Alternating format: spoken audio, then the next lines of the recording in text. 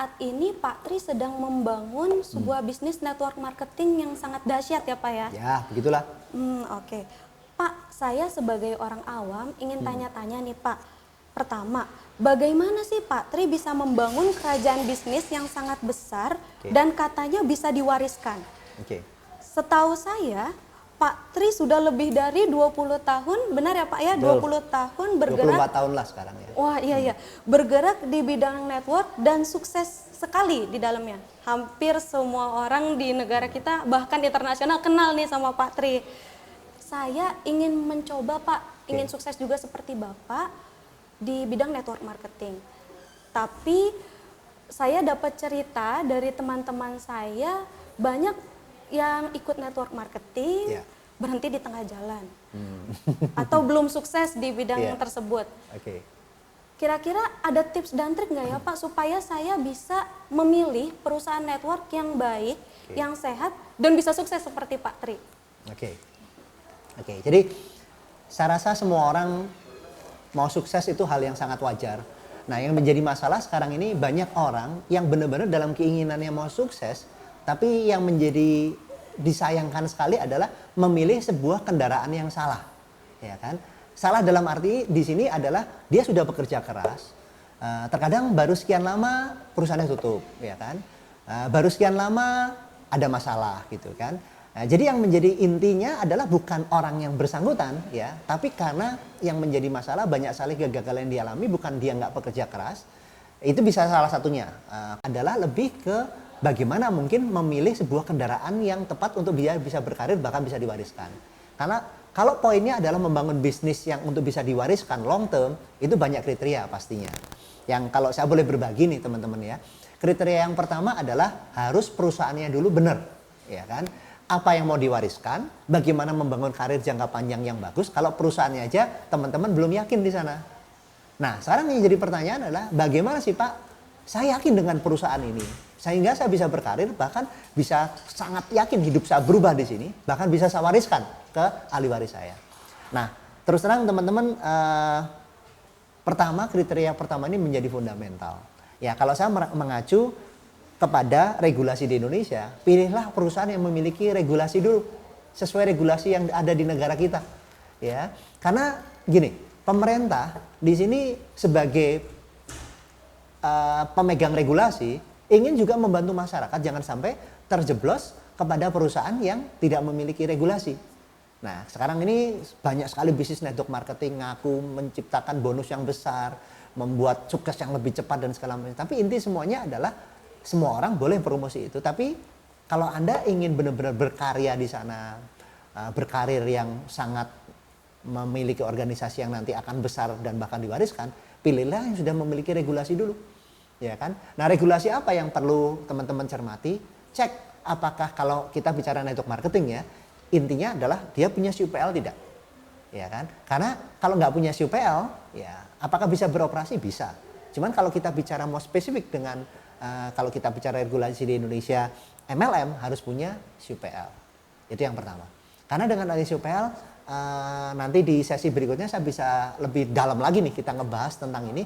Karena pemerintah di sini ingin sekali bahwa mengatur secara regulasi hak kewajiban antara membernya, ya, menjaga perusahaan membernya dan juga masyarakat luas. Jangan sampai kejeblos ke hal-hal yang tidak sesuai yang tidak diinginkan, gitu ya.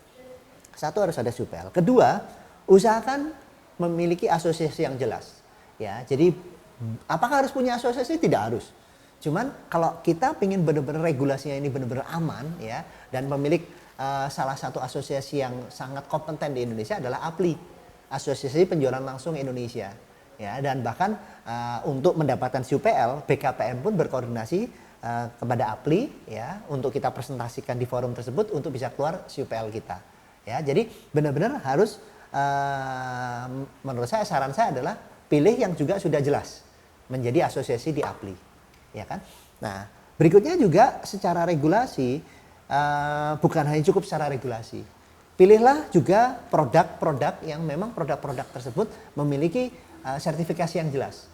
Banyak orang sudah bergabung dalam menjalankan bisnis network marketing, ternyata produknya maaf kata izinnya nggak jelas, atau bahkan tidak terpantau gitu ya. Sehingga di lapangan banyak sekali komplain dari masyarakat, bahkan memakai produknya bahkan tidak timbul efek apapun ya, hanya sekadar image di masyarakat ini produk MLM adalah produk mahal yang nggak bisa dipertanggungjawabkan dan hasilnya nggak jelas. Padahal kenyataannya selama kita memiliki produk yang luar biasa, bagus ya, itu Anda bisa membangun karya yang luar biasa dalam bisnis Anda. Jadi pastikan memiliki kualifikasi apakah produk tersebut memiliki sertifikasi yang jelas nggak. Apa tuh sertifikasi yang jelas? Yang pertama adalah tentu saja halal ya. Halal assurance system ya. Di Indonesia karena masyarakatnya banyak muslim ya, tentu saja kita ingin apa yang kita lakukan berbisnis yang berkah gitu ya. Jadi kita memastikan produk-produknya pun berkah ya. Nah, salah satunya adalah memiliki sertifikasi halal yang jelas dulu. Kemudian yang kedua adalah GMP. Ya, ada sertifikasi GMP nggak? Ada QMS nggak? Quality Management Systemnya gimana? Terus FSMS, Food Safety Management Systemnya gimana? Ya kan? Dan sebangsanya tentu saja yang harus pasti adalah BPOM kita. Ya kan? BPOM kita, ISO dan segala macam. Menurut saya itu sertifikasi yang dimana kita nggak perlu berdebat lagi bahwa itu ada satu pihak ketiga yang menyatakan produk ini sudah lulus semua sertifikasi. Nah itu penting sekali. Karena banyak sekali produk yang ngakunya semua bagus, yaitu haknya dia. Kecap semua selalu nomor 1. Tapi masalahnya apakah statement kita bisa dipertanggungjawabkan atau tidak. Nah, yang jadi masalah adalah apakah statement kita bisa dipertanggungjawabkan atau tidak. Produk kita adalah produk yang baik gitu. Nah, kalau kita sudah mengantongi semua sertifikasi, akan sangat enjoy saja kita menjelaskan itu kepada khalayak semua orang ya. Terus kemudian yang berikutnya adalah mengenai sistem marketing plan-nya itu sendiri. Nah, sistem marketing plan karena menurut saya sekarang menjadi tren ya. Di Amerika sendiri mulai kalau nggak salah 2009 semua bisnis network marketing di Amerika semua menjadi simplify semua. Kalau sekarang orang bilang sistemnya berubah banyak ke binary system ya kan. Nah, karena itu adalah sistem yang paling efisien ya. Sekarang paling efektif dan paling menurut saya paling proven ya. Saat ini dipakai hampir semua network marketing saat ini mulai tahun 2009 di Amerika sendiri sebagai nenek moyangnya network marketing di sana. Nah, artinya apa? Yang saya garis bawahi di sini adapun sistem silahkan Anda bisa pilih, yang paling penting adalah simple. Karena sebuah network marketing kunci dari semua sukses di network marketing adalah simple. Marketing plan yang tidak terlalu rumit ya, simple ya. Dan binary adalah salah satu sistem yang sangat simple ya.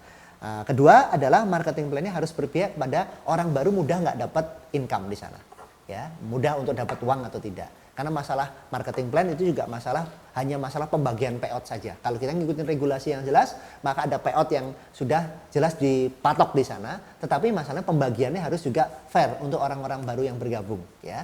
Terus kemudian juga hal yang paling penting lagi, jangan banyak jebakan Batman-nya di sana, ya. Karena banyak orang menjalankan bisnis network marketing tapi perasaannya dapatnya banyak tapi jebakannya banyak juga gitu. Nah, setiap kali syarat-syarat itu harus ada syarat-syarat yang berlaku di sana.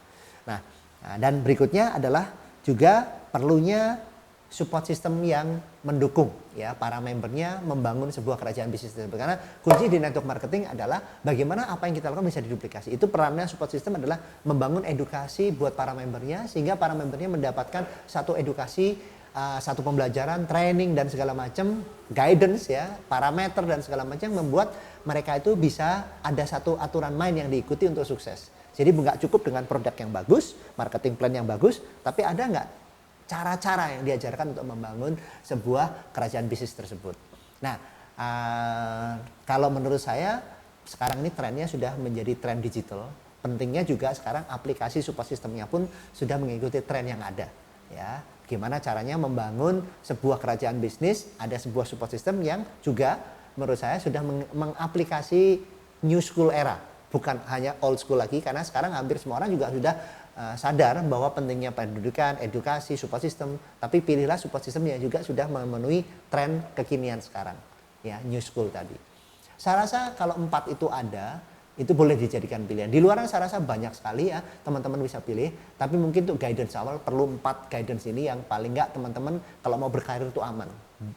Harus ada belief dulu ya dalam diri kita sehingga betul-betul kita menjalankan aman. Jangan sampai mengotot kerja keras tapi kemudian hari perusahaannya tutup. Ngotot kerja keras ternyata produk-produknya tidak memenuhi sertifikasi yang jelas ya, atau bahkan teman-teman dikomplain sana sini yang bahkan nggak berkah ya karena produknya nggak halal dan lain-lain.